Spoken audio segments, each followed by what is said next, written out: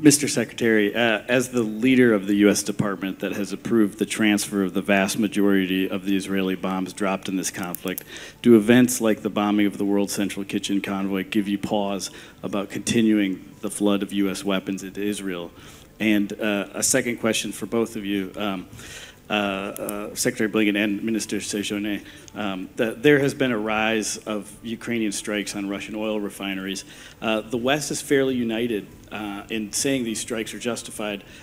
Do you think hitting these facilities is the right strategic approach for Ukraine? Please. Thank you, John. Let me take the second question first.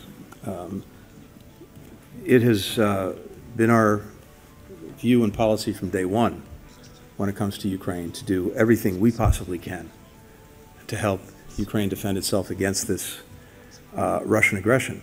At the same time, we have neither supported nor enabled strikes by Ukraine outside of its territory.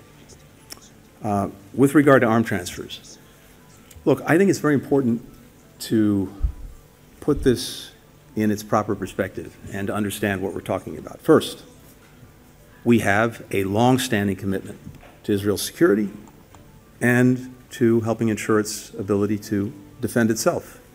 That's been a policy from administration to administration, Republican, Democrat, back and forth.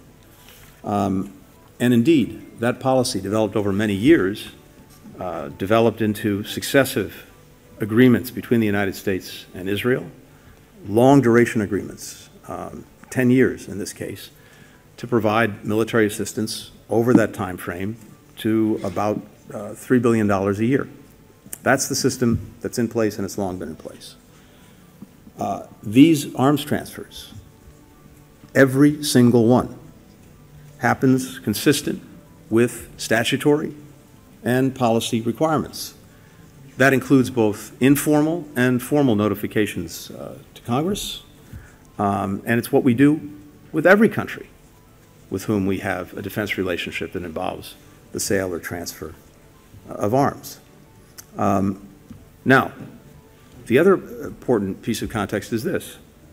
With Israel, and this is also true with other countries, there are a number of open cases, open requests of previously notified cases which have not been fully fulfilled or completed.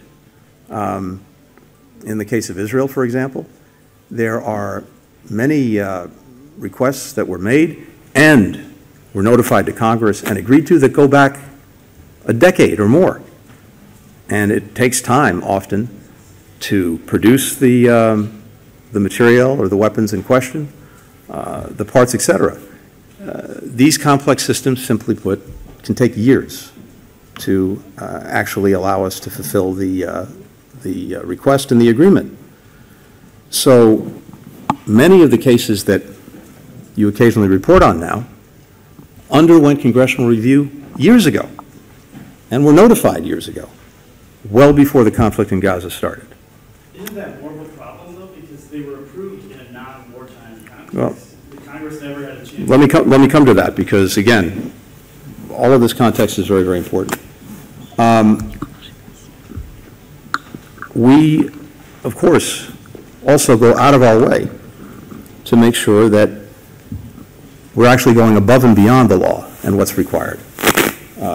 In briefing Congress, we go to the relevant oversight committees. We make sure that they're aware of ongoing transfers above the statutory threshold, even ones that they've approved a long time ago.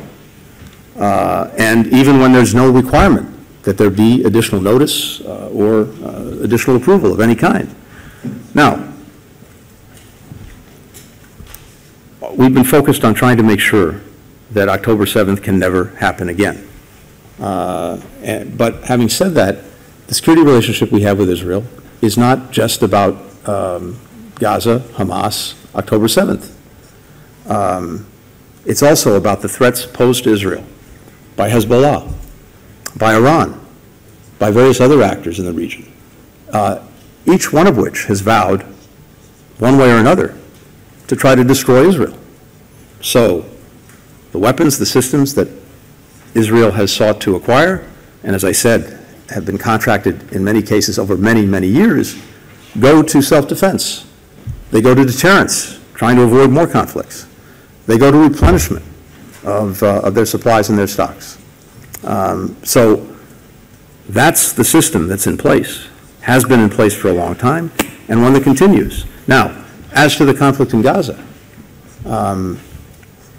from day one, we have worked to impress upon Israel the imperative of protecting civilians, of adhering fully to international humanitarian law, to the law of armed conflict.